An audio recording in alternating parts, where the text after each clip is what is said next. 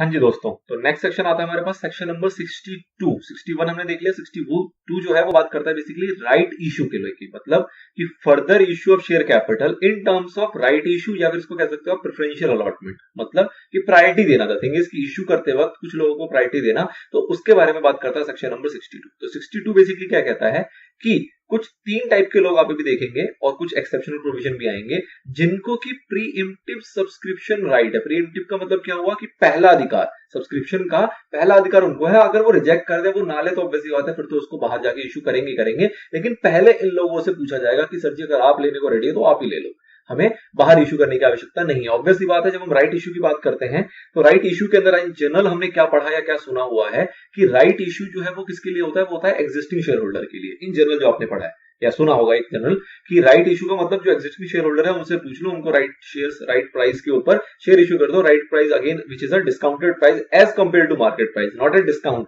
मतलब कि जैसे फेस वैल्यू अगर कंपनी की 10 रुपए है, मार्केट प्राइस उसका सपोज 60 रुपए है, तो हम उनको दे देते हैं 40 रुपए में, तो स्टिल हम दे रहे हैं प्रीमियम पे, 10 से हम 30 रुपए का प्रीमियम कमा रहे हैं, but as compare to market price हम उसको डिस्काउंट इशू कर देते हैं अपने एग्जिस्टिंग शेयर होल्डर को। ये बेसिकली इसलिए किया जाता है ताकि जो हमारा पावर है, वोटिंग पावर वगैरह है, वो डाइल्यूट ना हो, उसके शेयर होल्डर्स ज्यादा ना बढ़े। जो एग्जिस्टिंग शेयर होल्डर है उन्हीं को शेयर्स मिल जाएंगे, उनकी परसेंटेज बढ़ जाए, बट किसी एक्सटर्नल व्यक्ति को और इसका फायदा ना मिले। तो ये जनरल एक पर्पस होता है। तो ये इसके बारे में बात करता है हमारा सेक्शन 62। एक इसके ऊपर क्लैरिफिकेशन है कि निधि कंपनी के ऊपर एप्लीकेबल नहीं होता ये सेक्शन हमारा, उनके ऊपर ये नहीं लगता। ठीक है, एक एग्जांपल दिया हुआ है, एग्जांपल ऐसा बहुत रेलेवेंट नहीं है, बस एक बार रीड मार देता हूं आपके लिए कि कहा जा रहा है 1:8 rights issue means an existing investor can buy one extra share for every 8 shares already held by him or her। Simple सी बात है, 1:8 का मतलब क्या हुआ, जिसके पास 8 शेयर्स होंगे उसको एक शेयर्स राइट की फॉर्म में दिया जाएगा। ये हमेशा in proportion to paid up share capital होता है, मतलब कि अगर एग्जिस्टिंग शेयर होल्डर को दिया जा रहा है तो उसको in proportion to existing paid up share capital जो भी उनकी होगी उस प्रोपोर्शन में दिया जाएगा। मतलब किसी के पास अगर 10,000 शेयर है और किसी के पास 1,000 शेयर है, तो अगर मैं बताऊं इसके बेसिस पे, तो किसी को 10 शेयर मिलेंगे तो दूसरे को 1 शेयर मिलेगा। इस तरीके से इसका प्रोपोर्शन किया जाता है उनके पेड अप शेयर कैपिटल के बेस पे। Usually the price at which the new shares are issued by way of right issue is less than the prevailing market price of the stock to encourage subscription. Market price से generally ये कम दाम पे होता है ताकि ये subscription को इनकरेज कर सके। इसको ये नहीं समझ लेना कि नॉमिनल वैल्यू से कम दाम पे होता है, डिस्काउंट पे होता है, नहीं, ये नॉमिनल वैल्यू से ज्यादा प्राइस पे होगा, मार्केट प्राइस से कम प्राइस पे हो सकता है। ठीक है, एज द केस में भी। नाउ अब ये क्या कहा गया, आपने सेक्शन नंबर 23 पढ़ा था। 23 में आपने क्या देखा था कि राइट इशू और बोनस इशू जो है ये प्राइवेट कंपनी भी कर सकती है, पब्लिक कंपनी भी कर सकती है। ये आपने देखा था, पब्लिक इशू के लिए बस आया था कि पब्लिक कंपनी कर सकती है, प्राइवेट कंपनी नहीं कर सकती। बट राइट इशू की बात करें या बोनस इशू की बात करें तो सेक्शन 23 में हमने देखा है कि दोनों कंपनीज कर सकती है। पब्लिक कंपनी में बात करें कि जो पब्लिक कंपनी होती है वो राइट इशू या बोनस इशू करेगी तो वो किसके प्रोविजंस को फॉलो करेगी, तो ऑब्वियसली बात है इस एक्ट के प्रोविजन को फॉलो करेगी। लेकिन वो कंपनीज जो कि लिस्टेड है या फिर इंटेंडेड टू गेट लिस्टेड है, मतलब लिस्टेड होने जा रही है, उस प्रोसेस में लगी हुई है, तो उसको इस एक्ट के साथ साथ सेबी के प्रोविजंस और उसके रेगुलेशंस को भी फॉलो करना पड़ेगा राइट इशू या बोनस इशू करते वक्त। ये आ गया कि कौन से एक्ट कौन से प्रोविजन आपके ऊपर लागू होंगे। प्राइवेट कंपनी की बात करें तो ऑब्वियसली बात है उसमें लिस्टेड का सवाल ही नहीं आता, तो प्राइवेट कंपनी जो है वो आपके सिर्फ इसी एक्ट के प्रोविजन को फॉलो करेगी जो कि मेंशन्ड है आपके सेक्शन 23 सबसेक्शन 2 क्लॉज ए के अंदर। चलिए जी, अब बात करते हैं सेक्शन 62। ये तो बेसिक आइडिया था कि आपका राइट इशू बोनस इशू को लेकर कहां से आपने कुछ थोड़ी बहुत जानकारी ली हुई है, उसको हमने एक जगह पे ले आए। अब बात करते हैं सेक्शन 62 बेसिकली आपका क्या कहता है। तो पहला सब सेक्शन इसका है जो बात बताता है कि भैया जो राइट इशू है वो कभी भी किया जा सकता है, और किसको किया जाएगा, उन्हीं लोगों को जो कि एग्जिस्टिंग शेयर होल्डर है, मतलब जिनके पास पहले से इक्विटी शेयर्स होल्ड करके बैठे हुए हमारी कंपनी के। और किस प्रोपोर्शन में किया जाएगा, जो भी उनका प्रोपोर्शन होगा on the basis of paid up share capital, जिन्होंने जितना पेड अप शेयर कैपिटल दिया होगा उसके प्रोपोर्शन में हम उनको राइट इशू अलॉट कर देंगे। लेकिन साथ ही में आपको कुछ कंडीशंस फॉलो करने हैं, वो कंडीशन आपको देखना है कि क्या क्या कंडीशन है in case of existing share holder. अभी सेकंड केस और आएगा जहां पे हम ईसॉप के तहत करेंगे, वहां पे कंडीशन नहीं है। This is the condition only in the case of when shares are issued to existing shareholders। ठीक है, नाउ पहला इसके अंदर आता है आपका क्लॉज सबसेक्शन 1 में। पहला पॉइंट आपका क्या आया, सबसेक्शन 1 का पहला पॉइंट आपका पहला जो क्लॉज आया वो क्या आया कि हम एग्जिस्टिंग शेयर होल्डर को करेंगे। अब इसका जो सब क्लॉजेस है, सब क्लॉजेस के अंदर आपको जो है वो कंडीशंस मेंशन है। सब क्लॉजेस कंडीशन में पहला कंडीशन आता है कि जो ये ऑफर दिया जाएगा, तो ऑफर के बारे में ऑब्वियसली बात है उन एग्जिस्टिंग शेयर होल्डर को क्या देनी पड़ेगी, हमें सूचना, उनको नोटिस देना पड़ेगा, उनको बताना पड़ेगा। और जो हम उनको नोटिस देंगे उस नोटिस के अंदर लिख के देंगे कि आपको कितने शेयर्स देने वाले हैं और क्या टाइम है उसका। टाइम का मतलब क्या हुआ कि भैया कितने दिन में आपको मुझे बता देना है कि आप लेना चाहते हो या नहीं लेना चाहते। जो भी क्लैरिफिकेशन है वो आपको एक टाइम लिमिट दी जाएगी, जो कि टाइम लिमिट आपकी 15 दिन से कम नहीं हो सकती और 30 दिन से ज्यादा नहीं हो सकती इन जनरल सिनेरियो।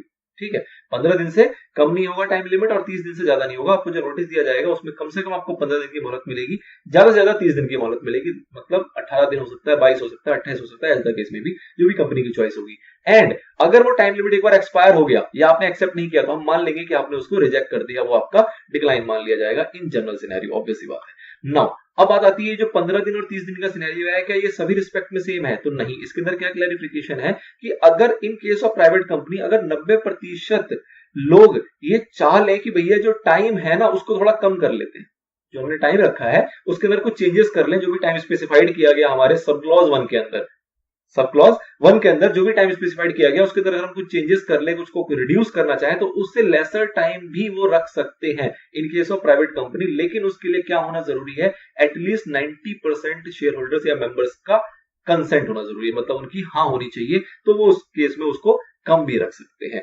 अब ये सिर्फ प्राइवेट कंपनी केस में नहीं है, ये आपका specified IFSC company, public company के केस में भी है कि 90% एग्री होंगे। ये फुटनोट में आपका मेंशन है कि 90% अगर यहाँ पे भी एग्री होते हैं तो सेम प्राइवेट कंपनी की तरह वो चाहे तो जो आपका सब क्लॉज 1 के अंदर जो भी टाइम लिमिट बताई गई, जो भी टाइम स्पेसिफाई किया गया, और एक टाइम लिमिट आएगी आपकी सबसेक्शन 2 के अंदर, उसके अंदर बेसिकली बात करेगा इन केस वेयर जो नोटिस है इज डिस्ट्रीब्यूटेड और delivered through speed post courier और एनी अदर मोड, तो उस केस में आपको देखा जाता है कि 3 दिन का एक टाइम लिमिट दिया गया है, तो उसको भी वो चाहे तो रिड्यूस कर सकते हैं। द थिंग इज कि सब क्लॉज 1 हो या सब सेक्शन 2 हो, इन दोनों के अंदर जो भी टाइम मेंशन्ड है उसको लेसर टाइम डेट या लेसर जो ड्यूरेशन है वो भी वैलिड किया जा सकता है in case where 90% of members are agreed upon them. Now ये था आपका सब क्लॉज 1। सब क्लॉज 2 बात करता है कि अगर आपके आर्टिकल्स में लिखा है नंबर 1, और दूसरा जो आपने उनको नोटिस दिया उसके अंदर भी लिखा है क्या कि जिसको ये दिया जा रहा है, जो भी राइट होल्डर है बेसिकली, वो चाहे तो इसको रिनाउंस भी कर सकता है। तो अगर आर्टिकल में मेंशन है और आपके नोटिस में भी मेंशन है तो उस केस में वो राइट होल्डर चाहे तो उस राइट की अपॉर्चुनिटी को, अपने राइट शेयर्स को चाहे तो रिनाउंस कर सकता है। रिनाउंस का जनरली मतलब होता है कि आपको डिस्काउंटेड प्राइस पे मिल रहा है, आप उसको किसी थर्ड पर्सन को दे देते हो अपने राइट के बदले। आप कहते हो जी मैं एक्सरसाइज नहीं कर रहा, मैं किसी और को दे देता हूं, तो वो उसको एक्सरसाइज कर लेगा एज द केस में। ठीक है, तो thing is renouncement of right shares possible है कि नहीं? तो पॉसिबल है। नंबर 1 कि ऑथराइज होना चाहिए ना आर्टिकल, नंबर 2 कि जो आपको नोटिस दिया गया है उसके अंदर भी इसके बारे में जिक्र होना चाहिए कि ये पॉसिबिलिटी है या नहीं है। अगर ये दोनों चीजें मौजूद है तो उसके इसमें आप रिनाउंसमेंट भी कर सकते हो। सब क्लॉज 3 आता है कि सपोज करो टाइम आपका एक्सपायर हो गया, जो आपका ड्यूरेशन था 30 दिन का वो एक्सपायर हो गया, या फिर आपने खुद से पहले से आके ही भैया इंटीमेट कर दिया कि जी हम इंटरेस्टेड नहीं है राइट शेयर्स लेने में। इस दोनों सिनेरियो के अंदर जो बोर्ड ऑफ डायरेक्टर्स होंगे उनकी रिस्पॉन्सिबिलिटी है कि वो उन शेयर्स को डिस्पोज ऑफ करे किसी भी ऐसे तरीके से जो कि बेनिफिशियल हो शेयर होल्डर या कंपनी के लिए, मतलब उनके लिए डिसएडवांटेजियस नहीं होनी चाहिए, उनके लिए बेनिफिशियल होनी चाहिए। इस तरीके से बोर्ड ऑफ डायरेक्टर की रिस्पॉन्सिबिलिटी है कि उन रिमेनिंग शेयर्स को, उन अनएक्सेप्टेड शेयर्स को डिस्पोज ऑफ करने की। ठीक है, तो ये सब क्लॉज 3 के अंदर, ये तो आपका था सब क्लॉज 3 जो कि क्लॉज 1 के अंदर आया जब हम बात करते हैं एग्जिस्टिंग की। अब इसका सेकंड पार्ट क्या आता है जो कहता है कि जी ये जो शेयर्स हैं, राइट शेयर्स हैं, ये ईसॉप के तहत एम्प्लॉइज को भी दिए जा सकते हैं, लेकिन उसके लिए क्या होना जरूरी है कि स्पेशल रेजोल्यूशन होना जरूरी है। तो आपने ईसॉप वाला एक कॉन्सेप्ट देखा हुआ है, तो ईसॉप वाले कॉन्सेप्ट भी अगर हमने कभी इशू किया हुआ था तो ईसॉप वाले कॉन्सेप्ट के जरिए हम चाहे तो इन राइट शेयर्स को एम्प्लॉय को भी दे सकते हैं। उसमें भी सेम सिनेरियो होता है कि डिस्काउंटेड प्राइस पे देते हैं, discounted price as compare to market price, not as compare to nominal value. तो मार्केट प्राइस हम डिस्काउंटेड प्राइस पे देते हैं, बेसिक पर्पस हमारा ये होता है कि हमारा एम्प्लॉय जो है वो रिटेन रहे, हमें छोड़ के ना जाए और बेटर तरीके से सर्व करे कंपनी को। तो इस सिनेरियो में भी अगर ऐसी पॉसिबिलिटी है तो उनको भी राइट शेयर्स या फिर आपका प्रेफरेंशियल अलॉटमेंट किया जा सकता है, बट क्या होना जरूरी है? Special resolution. अब इसके ऊपर आप देख रहे होंगे कुछ नोट के निशान है, वो बेसिकली ये बता रहे हैं कि अगर प्राइवेट कंपनी की बात करें या स्पेसिफाइड आईएफएससी पब्लिक कंपनी की बात करें तो इन दोनों जगहों पे इस स्पेशल रेजोल्यूशन को रिप्लेस कर दिया जाता है ऑर्डिनरी रेजोल्यूशन से। मतलब कि इन दोनों सिनेरियो में आपको स्पेशल रेजोल्यूशन की आवश्यकता नहीं है, आपको ऑर्डिनरी रेजोल्यूशन से भी काम आपका चल जाएगा। लेकिन बाकी सभी जगहों पे आपको स्पेशल रेजोल्यूशन, मतलब इन केस ऑफ जनरल के अलावा पब्लिक कंपनी के केस में आपको पब्लिक स्पेशल रेजोल्यूशन की जरूरत होती है।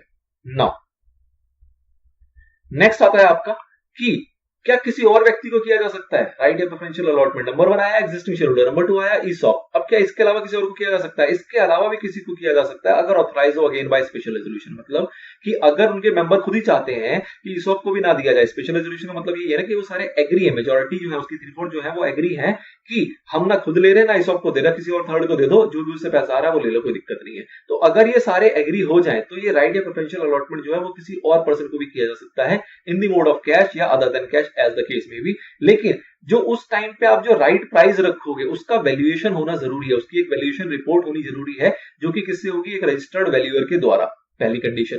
दूसरी कंडीशन कि चैप्टर 3 में जितने आपने प्रोविजंस पढ़े थे वो सारे प्रोविजंस इसके अंदर एप्लीकेबल हो जाएंगे, उनमें सारे प्रोविजंस को आपको फॉलो करना पड़ेगा। अगली बात आती है कि अगर हम ये कॉन्सेप्ट लेके चल रहे हैं, जो थर्ड पॉइंट में चल रहा है, इस कॉन्सेप्ट को लेके चल रहे हैं, तो यहाँ पे आपको सेक्शन 42 भी एक था जो चैप्टर 3 का ही पार्ट भी है बेसिकली। 42 के अंदर आपने देखा था प्राइवेट प्लेसमेंट वाली बात है, तो उसके प्रोविजन भी इसके ऊपर एप्लीकेबल हो जाएंगे। तो इन शॉर्ट ये कहा जा रहा है कि अगर एग्जिस्टिंग शेयर होल्डर और ESOP दोनों एप्लीकेबल नहीं होता तो विद द स्पेशल रेजोल्यूशन इसको किसी थर्ड पर्सन को भी इशू किया जा सकता है। द थिंग इज कि आपको कहीं ना कहीं इस एक्ट के प्रोविजंस को फॉलो करना है, उसको वायलेट नहीं करना, और जो आपका शेयर्स का राइट प्राइस होगा उसको आपको डिटरमाइन किया जाएगा through the registered valuer at the option of, मतलब with the help of valuation report. चलिए नाउ सबसेक्शन 2 आता है आपका। ये तो आपके सबसेक्शन 1 की बात होगी। सबसेक्शन 2 आपने देखा था टाइम लिमिट वाली बात थी, जहां पे कि नोटिस को हम डिस्पैच करवा रहे हैं through registered post, speed post, courier या कोई भी ऐसा जरिया जिससे कि प्रूफ ऑफ डिलीवरी हमें मिलता है। कोई भी कुरियर है, कोई भी ऐसा माध्यम है, कोई भी ऐसा मोड है जिसमें कि हमें प्रूफ ऑफ डिलीवरी मिलता है, तो उसको 3 दिन पहले आपको डिलीवर करना पड़ेगा बिफोर इशू। मतलब कि इशू आपका ओपन होने वाला है, उससे 3 दिन का आपको मोहलत उनको कह रहे हो कि एक्स्ट्रा देना है। 3 दिन का मोहलत आपको एक्स्ट्रा देना है। जो 15 दिन की काउंटिंग होगी उससे पहले 3 दिन पहले आप उनको पोस्ट कर दोगे कि भैया ये जरिया आपको जा रहा है, तो वो नोटिस की इंटीमेशन जो है उसके लिए 3 दिन आपको और मिल जाते हैं। वो 15 दिन 30 दिन तो है ही, वो तो इशू की डेट के आगे से काउंट होगा, लेकिन उससे पहले के 3 दिन में आपको उस पोस्ट को डिलीवर कर देना है, डिस्पैच कर देना है। ठीक है, चलिए नाउ अब सबसेक्शन 3 बात करता है एक्सेप्शन के। एक्सेप्शन का मतलब क्या है यहाँ पे कि जनरली क्या कहा जा रहा है कि आपके कोई भी डिबेंचर्स हैं या कोई भी आपका लोन है तो उसको आप कन्वर्ट नहीं कर सकते शेयर के अंदर। इन जनरल ये स्टेटमेंट है कि आप अपने लोन को या डिबेंचर को कन्वर्ट नहीं कर सकते किसके अंदर, शेयर्स की फॉर्म में कन्वर्ट नहीं कर सकते। लेकिन ये पॉसिबल है कब, जब आपने जब डिबेंचर्स या लोन वगैरह जब दिए, मतलब लिए थे, डिबेंचर जब आपने इशू किया था तब एक स्पेशल रेजोल्यूशन पास किया था और उसके जरिए ये अप्रूवल था कि ये पॉसिबिलिटी रख सकते हैं हम। मतलब कि इशू करते वक्त आपने ये टर्म्स में डाल दिया था कि सर जी आपके डिबेंचर्स को शेयर कैपिटल में कन्वर्ट किया जाएगा, और जब इशू किया था तो इशू करने से पहले आपने स्पेशल रेजोल्यूशन पास किया था, उसके तहत आपके पास अप्रूवल है। तो उस केस में ही सिर्फ पॉसिबल है, अदरवाइज अपने आप डिबेंचर्स को या लोन्स को कन्वर्ट नहीं कर सकते शेयर के अंदर, और इसके थ्रू आप अपनी सब्सक्राइब कैपिटल को नहीं बढ़ा सकते। तो ये पॉइंट आपका कहता है थर्ड सबसेक्शन। नाउ सबसेक्शन 4 की बात आती है। 4 सबसेक्शन बेसिकली क्या कहता है कि अगर कोई डिबेंचर ऐसा है जो कि गवर्नमेंट कंपनी के पास, गवर्नमेंट के पास है, कोई डिबेंचर ऐसा है जो कि गवर्नमेंट के पास है, या कोई लोन ऐसा है जो गवर्नमेंट ने हमें दिया हुआ है। अब गवर्नमेंट को यह लगता है कि in public interest, in general scenario in public interest में अगर गवर्नमेंट को लगता है कि वो अपने डिबेंचर को हमारी कंपनी में, कंपनी हमारी, उन्होंने पैसा दे रखा है, डिबेंचर के फॉर्म में दे रखा हो चाहे लोन के फॉर्म में दे रखा हो, अब गवर्नमेंट ये कहती है कि जी हमने जो तुम्हें पैसा दिया हुआ है ना उसको तुम कन्वर्ट कर दो किसमें, इक्विटी शेयर्स के अंदर, उसको आप कन्वर्ट करो शेयर कैपिटल में। और आपको ये तब भी करना पड़ेगा अगर इशू करने से पहले कोई स्पेशल रेजोल्यूशन फाइल नहीं हुआ हो, कोई टर्म्स मेंशन ना हो। मतलब पहले ऐसी कोई बात नहीं थी, उनका एक जनरल डिबेंचर था जो कि कन्वर्टेबल नहीं था, लेकिन गवर्नमेंट को अगर ऐसा लगता है कि इन पब्लिक इंटरेस्ट ऐसा होना जरूरी है तो वो अपने लोन और डिबेंचर्स को भी कन्वर्ट कर सकती है किसके अंदर, शेयर्स के अंदर, इवन दो कि आपके पास वो टर्म्स में पहले से मेंशन ना हो, कोई अप्रूवल ना हो, कोई बात नहीं, स्टिल वो कन्वर्जन पॉसिबल है। अब ये तो कुछ मनमानी चल रही है, तो इसके लिए आपको एक ऑप्शन दिया गया क्या कि अगर कुछ ऐसा होता है और जो भी कन्वर्जन के टर्म्स हैं, टर्म्स होते हैं कुछ ना कुछ, ऑब्वियसली बात है कन्वर्जन के टर्म्स क्या होते हैं कि इतने डिवेंचर के बदले इतने शेयर ले लो, इतने वेव ऑफ हो जाएंगे वगैरह वगैरह, जो भी टर्म्स थे, अगर जो भी टर्म्स गवर्नमेंट ने दिए आपको वो पसंद नहीं आ रहे, आप कह रहे हो जी ये कोई बात थोड़ा होती है, आपकी तो मनमानी चल रही है, आपको ये पसंद नहीं आया, तो उस केस में आप अपील फाइल कर सकते हो किसके पास, ऑब्वियसली ट्राइब्यूनल के पास। अब ट्राइब्यूनल क्या करेगा, ट्राइब्यूनल आपकी बात भी सुनेगा और गवर्नमेंट की बात भी सुनेगा, और दोनों की बातों को सुन के जो भी उसको फैसला देना होगा वो फैसला दे देगा। ये जो आपको अपील फाइल करनी है, ये आपको कब फाइल करनी है, जब आपके पास गवर्नमेंट का ऑर्डर आया, फोर्थ पॉइंट के अंदर, फोर्थ सबसेक्शन के अंदर, जब आपके पास गवर्नमेंट का ऑर्डर आया, उस ऑर्डर आने के 60 डेज के अंदर अंदर आपकी अपील फाइल हो जानी चाहिए किसके पास, ट्राइब्यूनल के पास। ट्राइब्यूनल आपकी भी सुनेगा, गवर्नमेंट की भी सुनेगा, और दोनों की सुनवाई के बाद जो भी उसको सही लगेगा उसके ऊपर वो फैसला दे सकता है। नाउ अब जब ये कन्वर्जन किया जा रहा है तो इसके ऊपर फिफ्थ पॉइंट क्या कहता है कि भैया गवर्नमेंट ना ध्यान देगी कि पब्लिक की फाइनेंशियल हालत कैसी है। ऐसा नहीं कि गवर्नमेंट लूटने लग जाए, गवर्नमेंट एक जनरल सिनेरियो में, क्योंकि पब्लिक इंटरेस्ट में ऐसा किया जा रहा है, तो वो फाइनेंशियल हालत जो कंपनी की, फाइनेंशियल पोजीशन जो कंपनी की है, उसको भी वो तमीज से रिगार्ड में लेगी, उसको ध्यान में लेते हुए फिर उस प्रक्रिया से वो जो कन्वर्जन करना है उसके टर्म्स को डेवलप करेगी, उसको एग्जीक्यूट करेगी, जो भी उसके टर्म्स होंगे, इसको देखते हुए कि कंपनी की हालत कैसी है, कंपनी अच्छी है बुरी है, ऐसा ना कि पता लगा कन्वर्जन किया और कंपनी खत्म ही होगी, मरी गई बिल्कुल, तो ये चीज नहीं होनी चाहिए, उसको ध्यान में रखते हुए वो उसको कन्वर्जन के जो भी आपके टर्म्स होंगे या जो भी चीज एग्जीक्यूशन होगा वो उसको ध्यान में रखते हुए किया जाएगा। ये कहता है आपका fifth point. Now sixth point और लास्ट पॉइंट आपका क्या आता है कि अब कंपनी ने मतलब गवर्नमेंट ने एक कन्वर्जन का ऑर्डर कर दिया। अब या तो आप ये कर सकते हो कि आप अपील फाइल करो, या आप कहते हो छोड़ो ना, गवर्नमेंट कर रही है, बात खत्म, जो वो कह रही है वो टर्म्स आपका एक्सेप्टेड है। तो या तो आपको टर्म्स एक्सेप्टेड होगा, और नंबर 2 या तो आपने अपील फाइल किया और उस अपील में आप हार गए, मतलब कि आपके अगेंस्ट फैसला हुआ, आपको कन्वर्जन तब भी करना पड़ रहा। तो इन दोनों सिनेरियो में जैसी ये घटना घटेगी तो ये उस ऑर्डर के जरिए ये मान लिया जाएगा कि आपका जो अल्टरेशन होना था वो अल्टरेशन हो गया, मतलब जो आपकी कैपिटल थी वो उस तरीके से उसके अंदर अल्टरेशन जो पॉसिबिलिटी थी वो हो गई है। अब अल्टरेशन पॉसिबिलिटी गवर्नमेंट के ऑर्डर के थ्रू हो गई, लेकिन इसका मतलब ये नहीं है कि आप आरओसी को इंटीमेशन नहीं दोगे। मतलब जो सेक्शन 64 की आपकी एप्लीकेबिलिटी थी वो क्या थी कि आपकी जो भी इस टाइप की चेंजेस होगी, जब भी अल्टरेशन ऑफ कैपिटल होगा तो उस केस में आपको इंटीमेट करना पड़ेगा। किसको इंटीमेट करना पड़ेगा? आपको आरओसी को इंटीमेट करना पड़ेगा विद इन 30 डेज। तो वो आपको स्टिल फॉलो करना है इन दिस केस ऑल्सो। जब गवर्नमेंट की मनमानी के थ्रू ये कन्वर्जन हुआ, जब टर्म्स में नहीं था, तो उस केस में भी अगर कुछ इस टाइप की अल्टरेशन हुई है तो उसके केस में भी 64 की एप्लीकेबिलिटी यहाँ पे आती है। ऑल्दो आगे देखेंगे या नहीं है, बट ये आपको ध्यान रखना है।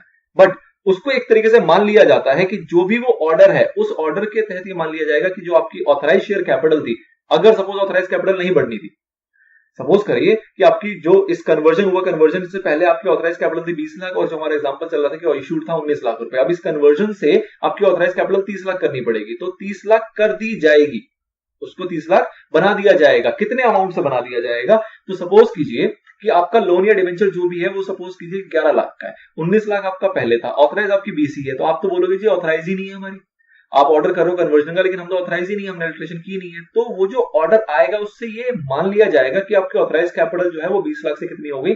30 लाख। क्यों? क्योंकि जरूरत थी 11 लाख की, 1 लाख आपके पास बैलेंस था ऑथराइज का अवेलेबल, तो 10 लाख से ऑटोमेटिकली इंक्रीज की जाएगी। इस ऑटोमेशन का मतलब ये नहीं है कि आप आरओसी को इंटीमेट नहीं करोगे, आरओसी को इंटीमेट करने की लायबिलिटी स्टिल आपके पास आती है एज पर सेक्शन नंबर 64, लेकिन वो ऑर्डर अपने आप में सफिशिएंट है उस अल्टरेशन को एग्जीक्यूट करने के लिए। ठीक है, चलिए इसके ऊपर एक छोटा सा एग्जांपल है, बहुत सिंपल है, कुछ खास नहीं है, आप इसको आराम से खुद से पढ़ सकते हैं। तो this is all about section number 62। अब बात करेंगे सेक्शन नंबर 63 की, नेक्स्ट पार्ट।